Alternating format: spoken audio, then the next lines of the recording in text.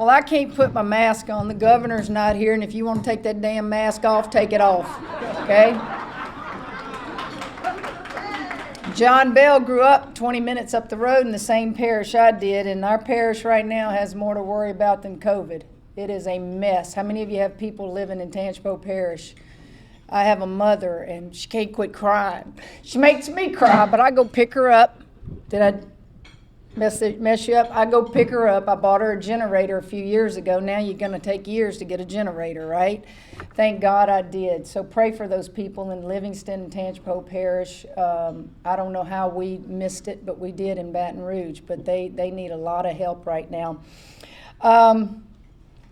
Chloe, I just found out she's my relative. So she's telling me all these kinfolk, and I'm like, really? I said, well, that aunt's picking my mother up tomorrow to drive her to Alexandria to LSUA, where I'm speaking at a fundraiser. It's a small world. So, see, I realized today I do have some pretty good redneck educated cousins, because she's done a heck of a lot more in her life than I'll ever do. So you kind of brighten my day.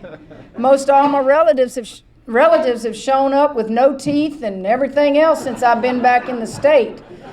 I'm like, oh, now who are you related to?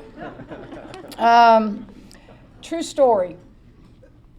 My mother's mother was over here in Baton Rouge. They were, growing up young age, and my grandmother, who is deceased now, named my mother after this restaurant, Drusilla's. She was at lunch with, I guess, the owner at the time. I don't know. But my mother is named Drusilla, and it's spelled exactly like this. And so every time my mom reminds me of Drusilla's restaurant. Mom, have you eaten at Drusilla's restaurant yet? No, Mom, I haven't. So now I can tell her I came close to Drusilla's restaurant, right? Team. I had my first workout yesterday with my team. I can only have them 4 hours a week. And so I spent 2 hours on the floor with them, and it was, they played hard. We got a long way to go. We've got to recruit and bring in talented players, and but they're eager, they're excited, I'm excited. It has been only 2 times in my career of coaching that I looked out there and I have an entire group that I have to teach everything. Usually when you've been someplace for a period of time, your seniors teach your younger ones, your juniors teach your younger ones. I'm teaching everybody in that gym yesterday, and it just hit me that, wow, we've got a long way to go, and it's not going to happen overnight, but it will happen. I won't go over each player. What I'd like to do, and I've learned this through all the years I've been speaking, is you don't want to hear a speech. You just want to talk. You want to ask me questions. So that's what I would like to do. But before I do that, I'd like for Jennifer Roberts, one of my assistants, she's been with me 20 plus years at Baylor.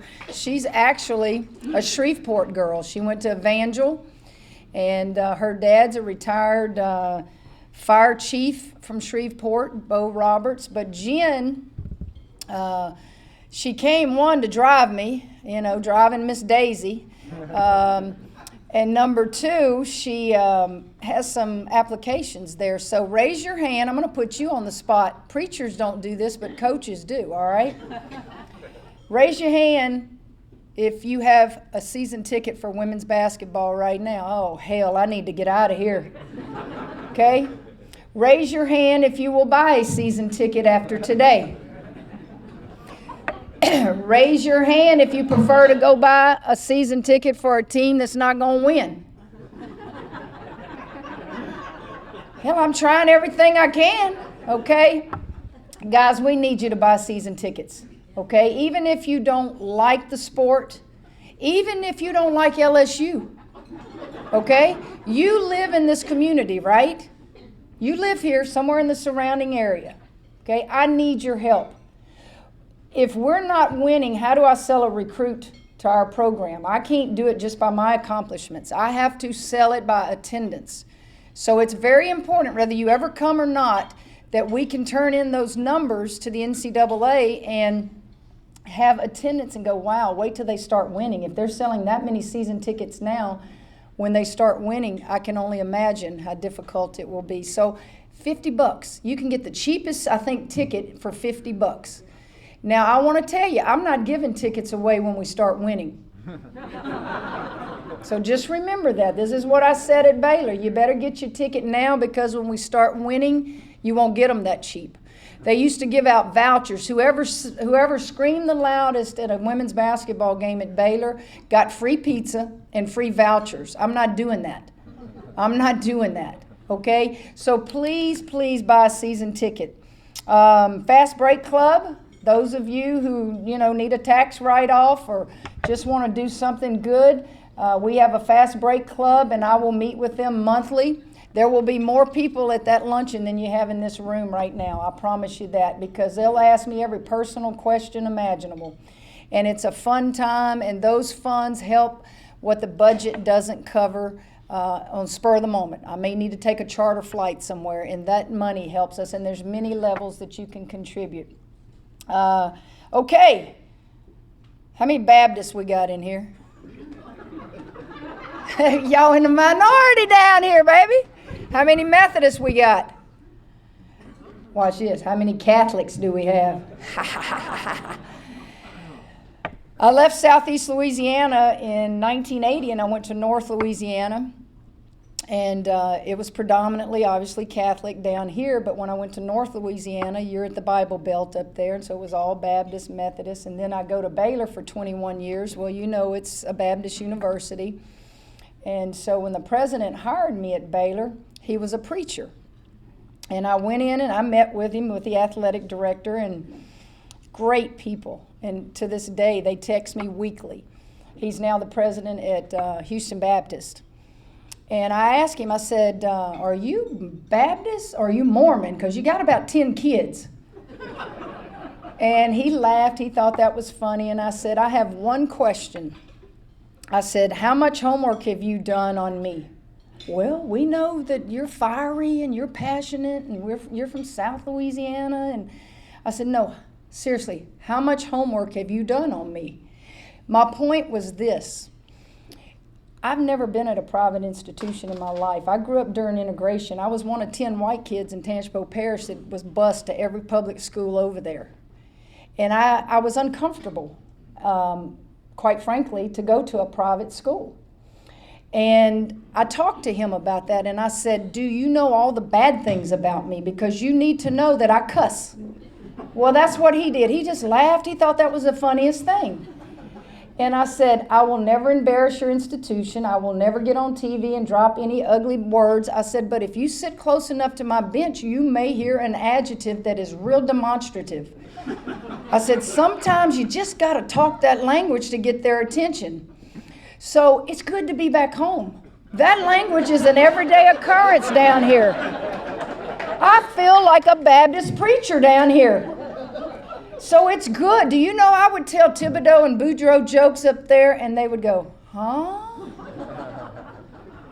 So I finally said, Kim, you got to get on their page. So the first joke I told them, I said, you Baptists are something. I grew up Baptist. I grew up in the tall Benny Baptist Church. In fact, Ed Orgeron's secretary, Yael Lofton, her daddy baptized me. She was Yael Taylor. Now, is that not a small world? Hell, she's been here through Saban, through Denard, through all of them.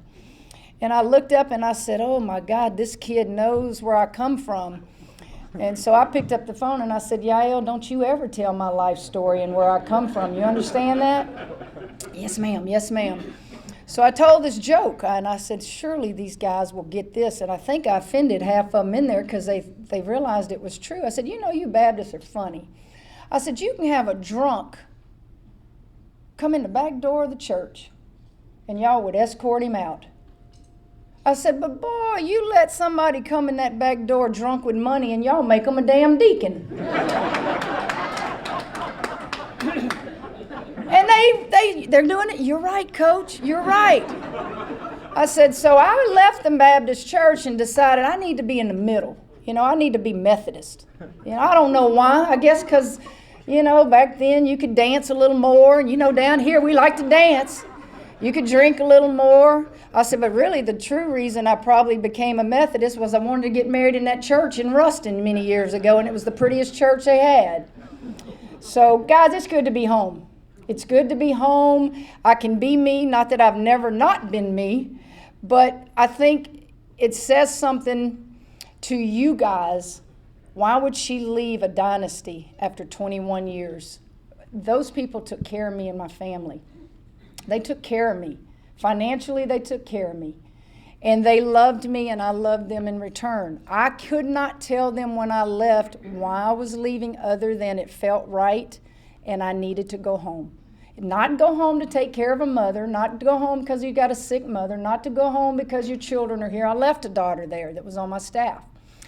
It just felt like the timing in my life was right to come do more than win basketball games in this state.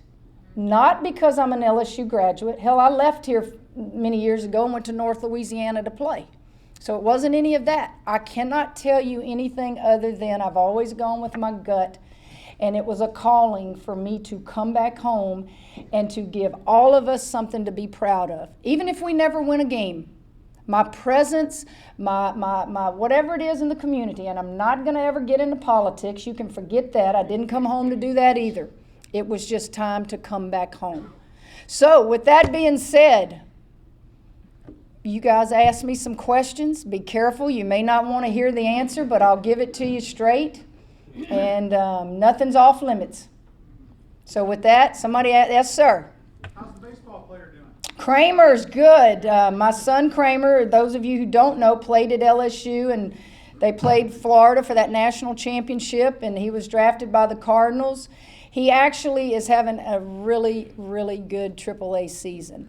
The hard part is, as you well know, you just don't, you can rot in AAA. If you don't have the right break or the people above you don't get traded or get hurt, it doesn't matter what you do.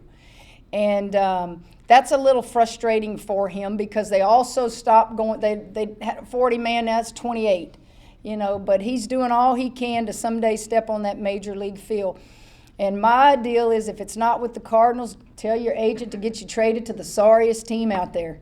Because the sorriest team's going to need middle infielders, but he's really doing good. He's he's changed his profile. Do you know what I mean when I say that? Kramer has always been a great defensive player, just a wizard on that side of the field. But he never had to hit for power and do all those things. In fact, Maneri's guilty of this, and a lot of his coaches, they give him the eye test. And they see a kid that's about 5'9 and a half, 170 pounds, wringing wet, and they think, oh, well, we got to make him the little Johnny Hustle and bunt and die. Kramer's got some pop in his bat if you'll just let him show it. So he's got like 10 home runs. He leads them in in RBIs. He's batting in the 1 hole, the 2 hole. He's doing what he needs to do to move up. He's ready. But you got to be patient. That's baseball. You could sit there and never make a move to the major leagues, but I can tell you this, he's good enough to play in the major leagues. And I say that as a coach, not as a mother. You just got to get the right break.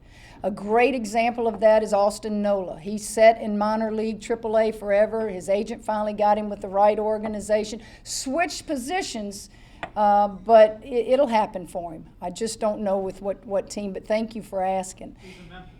He's in Memphis, AAA with the Cardinals, and he has to go through the 1st of October. I think they extended the season, so he'll be back here. I can't imagine that he'll be in Waco, Texas with his mama living in Baton Rouge. So you guys will probably see him down here just as soon as the season's over. But thank you for asking about him. Yes, sir.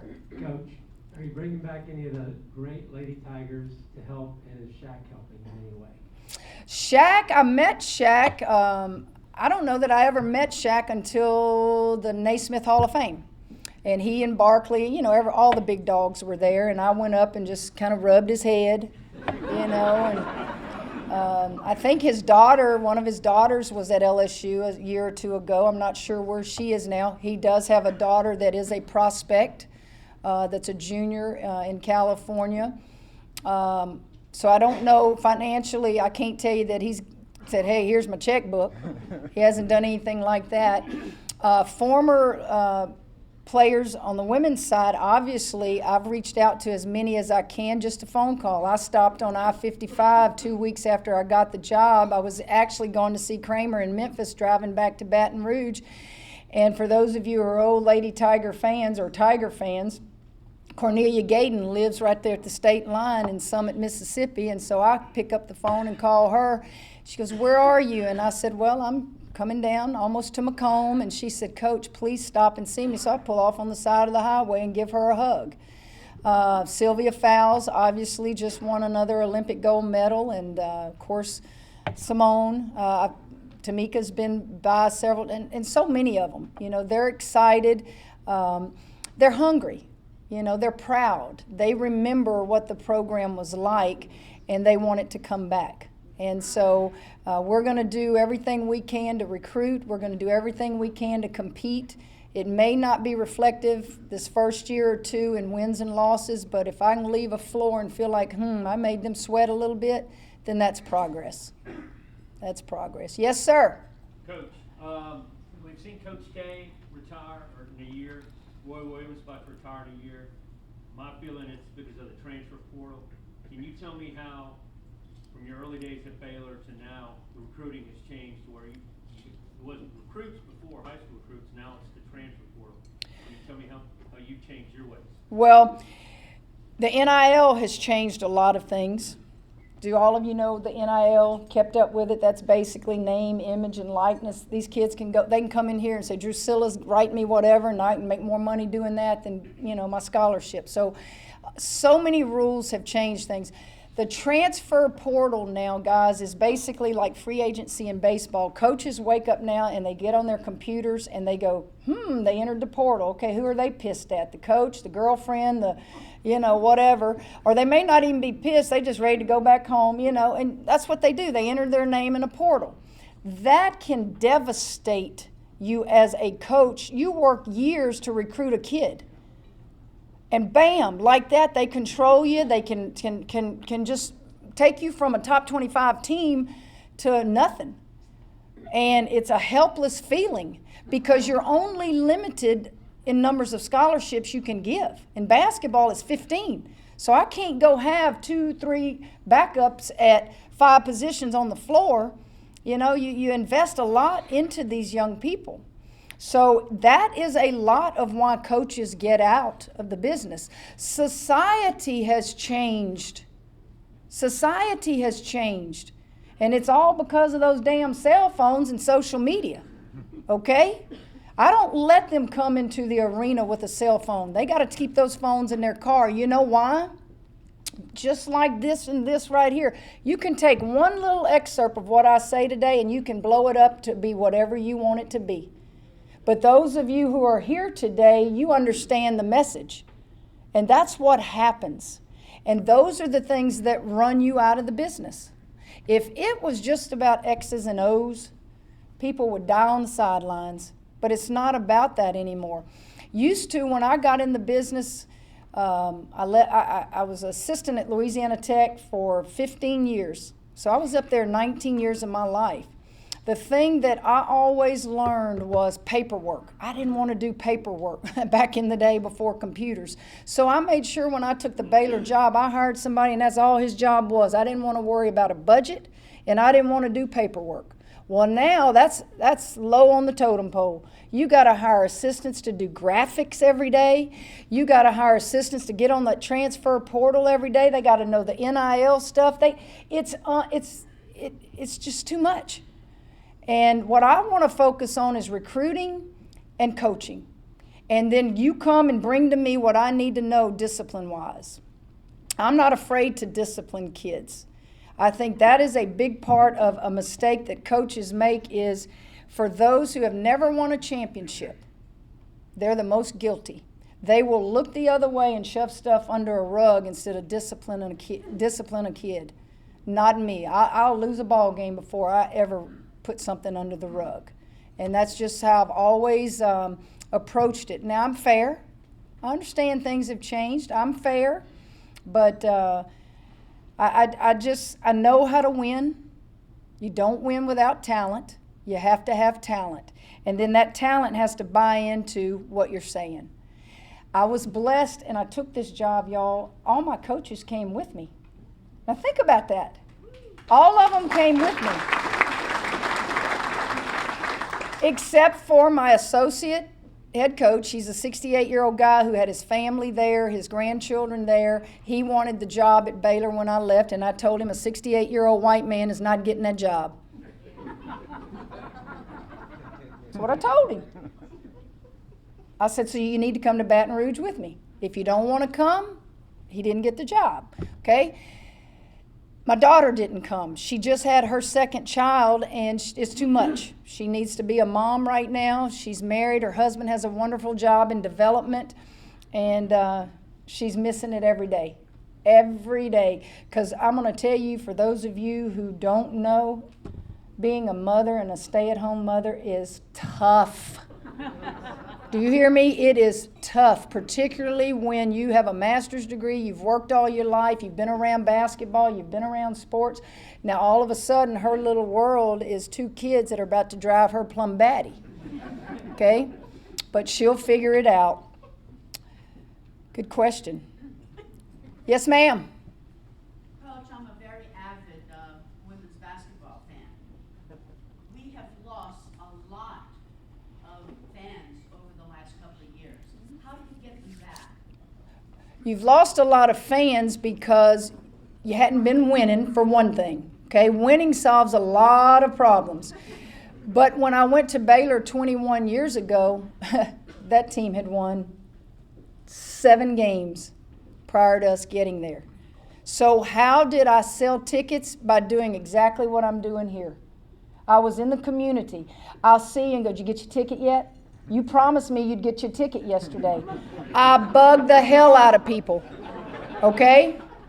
Because I tell you, got Aggies, you got Longhorns, you got Baylor Bears, you had a whole mixture in Waco, Texas.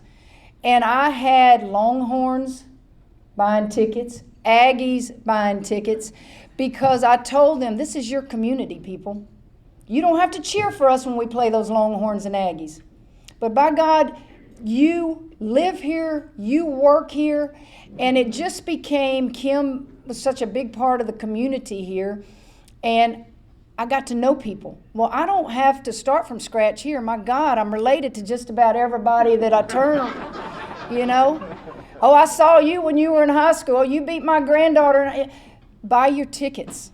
And I'll say it again. Buy them because, one, you're proud to live in Louisiana. Hell, if I can leave a dynasty to come back here, you can walk across the street and come to a game. You can buy a ticket. Yes, ma'am. Who have been the coaches that have inspired you? Have there been coaches that you've looked up to and wanted to emulate or learn lessons from? Well, I learned lessons from all coaches in multiple sports. I watch, I observe. My coaches were Leon Barmore and Sanja Hogue at Louisiana Tech. I had 2 coaches at Hammond High School. One got the ULL job, which was USL at the time, and one got the Lamar job. Neither one of them stayed in college coaching. At Louisiana Tech, you know the history there on how many championships we won. And then I played for Pat Summitt in the '84 Olympics. Kay Yao was her assistant coach. None of them are still alive today, but they were totally different, contrasting styles. Pat was intense like I am, and then you had Kay Yao, who toted Bibles everywhere she went. You shook around her. She's such a great Christian lady. So I've learned a little bit from everybody. Bob Knight was the coach, the '84 Olympic team. I'd sit and watch those guys. Tell you a quick story about Bob Knight. So he's coaching the men's team. Pat's coaching the women's team, and we were in LA. And if you know anything about the University of Southern Cal USC campus, it's in a bad section of LA. It's the Watts area where they had all the riots years and years ago. You just don't, you're shocked because USC is a big prestigious private school, but it's in a bad section. So our Olympic Village was around the campus. And so we're on the bus and we're coming back and it's hot and the windows are down on that old yellow bus and Cheryl Miller's sitting here and, you know, you got all my teammates here and Pat sitting in the front. And we see this guy walking in a bad area of the village. And man, he's got his practice gear on. And we're like, what the heck? And we get closer and we get closer. Well, it was Leon Wood. He was on the men's team. He's an NBA official now. Knight threw him out of practice, and they were practicing at the Forum. Okay? And Knight said, walk your ass back to the village. So Pat, we stopped the bus. Pat's going to let him get on the bus, you know. I said, man, get on here. He said, if you think I would get on that bus after what that man just told me, he said, I'm going to walk every inch of this. So it's funny things like that. Back to your thing when I say society has changed. Could you imagine a coach doing that to a kid now? Oh, that would be the worst thing in the world. Oh, my goodness, you had to sweat a little bit. Okay? Oh, my goodness, you had to look over your shoulder a little bit and be a little bit concerned. Okay? It's entitlement that you're dealing with now. You're dealing with entitlement, and there's many of us in this room that are guilty of it. There's many of us in this room that are guilty of raising kids and grandkids to be entitled. To me, I learned so much in Tangipahoa Parish when integration hit. And I didn't even know it, nor did I have the capacity to understand the decision my parents made to keep me in public school. To this day, I just look at my mother and I think, gosh, that made me who I was. I never spent the night away from home, not one time growing up, because of integration. We didn't know each other. We were learning. I was one of 10 white kids in public schools until we got to high school, and then all of a sudden they saw, oh, we're going to come back to public school now. So I learned so much from that. It made me who I am. It made me tough. It made me independent. It taught me how to deal with the real world, different cultures, different people. I had a coach tell me one time on my staff, and I hadn't had many because they don't leave me. My coaches stay with me because I take care of them. Financially, I take care of them, and I give them responsibilities. And they said, Coach, I've never met a woman who can go into any home and talk the language. And I said, what do you mean? They said, I have watched you go to the south side of Chicago and go in there and understand and talk and yet be yourself. And then I've watched you go to the richest of rich in a home and talk. How do you do that? And it made me think, how do I do that? It's because of how I was raised in that environment of integration that I remained true to who I was, but I could understand all cultures, all walks of life. I had a young lady that played at the University of Florida, and she transferred to Baylor her senior year. We beat them in the Sweet 16 early in my career at Baylor. In fact, it was before we won the first national championship. And in 2004, she graduates from Baylor. She was from Tampa, Florida, hell of a player in the SEC. Bernice Mosby was her name. And she transferred, and she's getting ready to walk across the stage to graduate. And she's a young black girl, and she said, Coach, I want to tell you something. And I said, well, go for it. She goes, but I don't want you to take this the wrong way. And I looked at her and said, be careful. And she said, Coach, you are a black woman with white skin. And I looked at her and I said, why would I take that the wrong way? She said, a lot of people would. She goes, I've never met anybody like you. How you treat people, you're very hard, you're very honest, you hold people accountable, but you don't make it personal. And she said, a lot of people can't handle the truth. You make people handle the truth. And I told Bernice, I said, that might be the second highest compliment that I've ever been paid as a human being. She said, well, what was the first? I said, the first was from an athletic director who said, Kim Mulkey is the toughest woman that I've ever been around in my life. the toughest woman. She can handle any situation. She carries herself where those kids believe in her. When she gets sick, you never know she's sick, you know. And I just thought, I can handle that as being the greatest compliment that I was ever paid, is she's just tough. Now, probably because I'm tough, that's probably why the hell I'm divorced, right? Because all these men in here think they got to lose their man card if they got a tough woman, right? Right? Look at you. Yeah. Listen, that was the most difficult thing that ever happened in my life. I won't ever get over divorce. Didn't want the divorce, dated him for 5 years, was with him 23 years, devastated. Would have quit my career. Can you imagine that? I offered to quit coaching to save my marriage. And because that's how much family means to me. It was about those children. And so I'm going to give my last little spiel here for those of you who are having a difficult time in your marriage, and every one of you either are or you have. That's just life.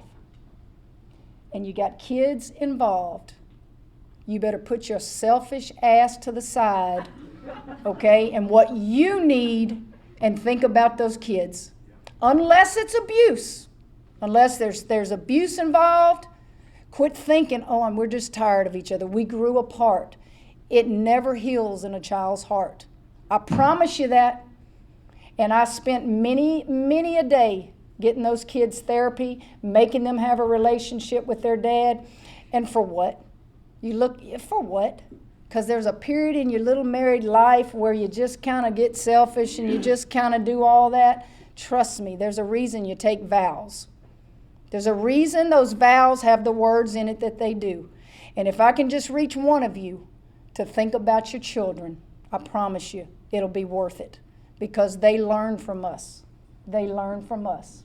Okay, I'm preaching up here. I sound like those damn Baptists at Baylor. Okay? One more question? We good? All right. Do you have the facilities and resources that you need? No. What do we need? Okay?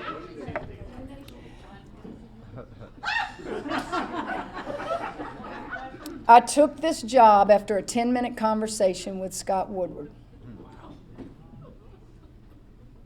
Now, it took me 6 days to give him an answer, but in my mind, I took this job because what is he going to tell me that I don't already know? I grew up 40 minutes from here. He grew up here. So I was like, oh man, this guy just, he's kind of like old Kim. We just grew up down here. And so I never once asked him, what does a locker room look like? I never once asked him how much money in my budget. I never asked any of those questions. I never called anybody and asked those questions. I talked to them about salary and what I made at Baylor, and were you willing to pay that? And I talked to them about my coaches' salaries and what it would take to get them. That was it. I come to LSU and I walked in the facilities and I was like, God, LSU can do better. LSU can do better. What in the world is going on? Okay? And so I take myself back 21 years to when I went to Baylor University. 15,000 students at the time. Not in a conference as big as the SEC. Certainly not as big a brand. Okay? And I'm thinking, we got to do better. So the first 6 days, Ralph can attest to it, Debbie can attest to it, I spent raising money to get new offices. And I raised a hell of a lot of money in 6 luncheons and in 6 dinners with handfuls of people, and say, I'm not bringing a recruit into those offices. I'm not bringing a recruit into that training room. So you know where my offices are right now? I'm on the south side of the football stadium. Go in gate 20 over there. And I'm just in temporary offices with an open floor plan like this, looking at my coaches every day until those offices get redone. And they're working on them now.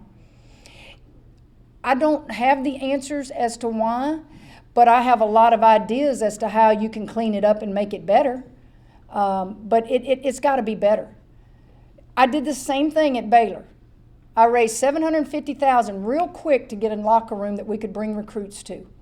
It is plush. It is nice. And it's got to get better. So those of you who want to write me a check today, I'll meet you right there out that door. Okay? Thank y'all. Buy your tickets.